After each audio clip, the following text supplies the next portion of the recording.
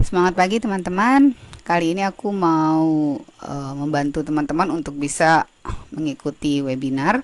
Kita bahas langkah demi langkahnya ya, langsung aja.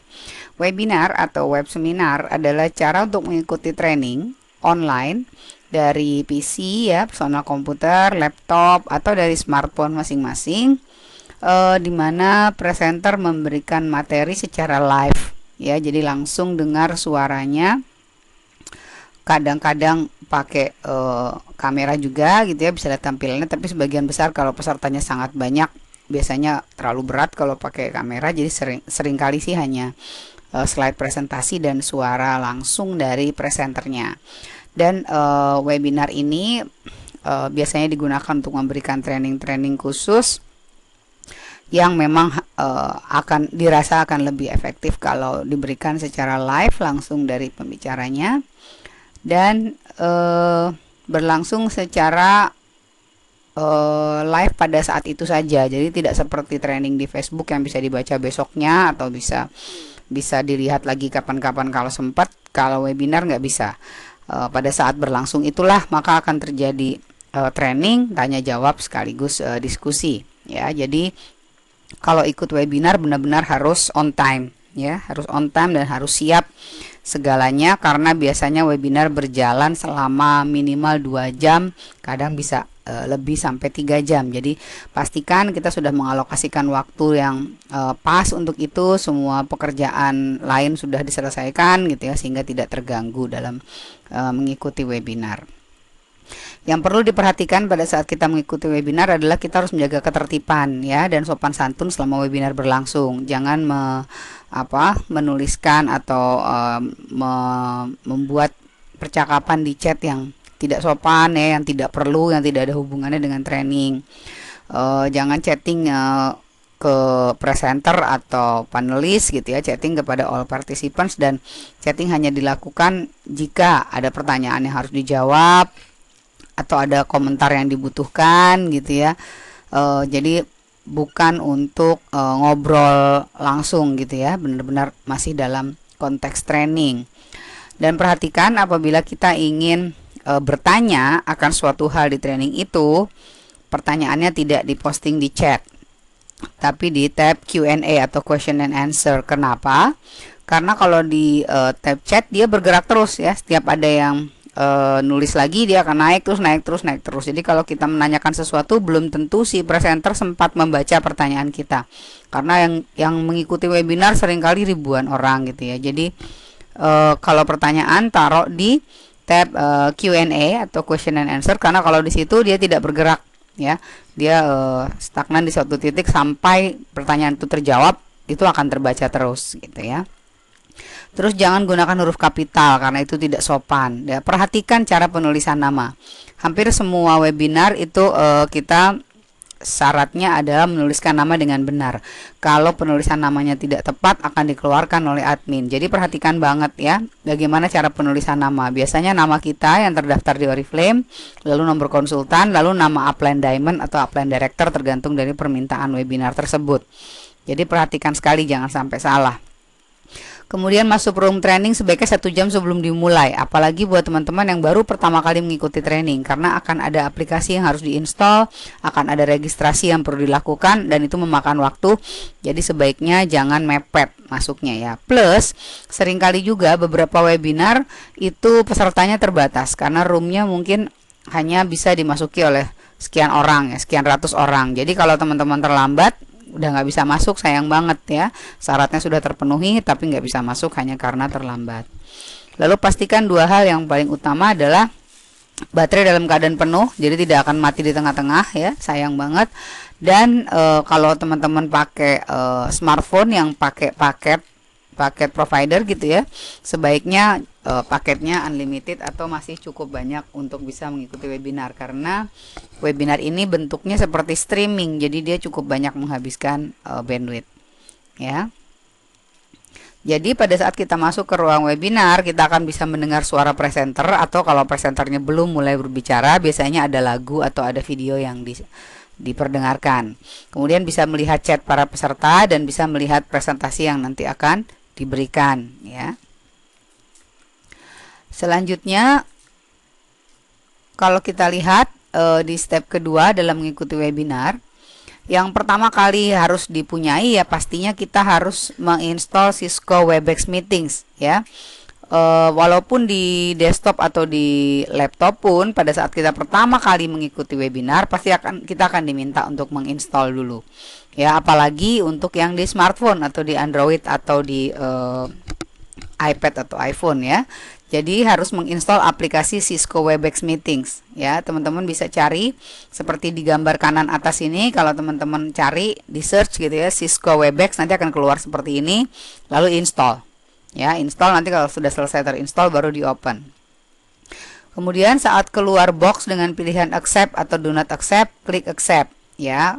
Pastikan bahwa dia selalu terkonek kalau tiba-tiba ada webinar ya. Terus yang tahapan yang ketiganya biasanya klik skip.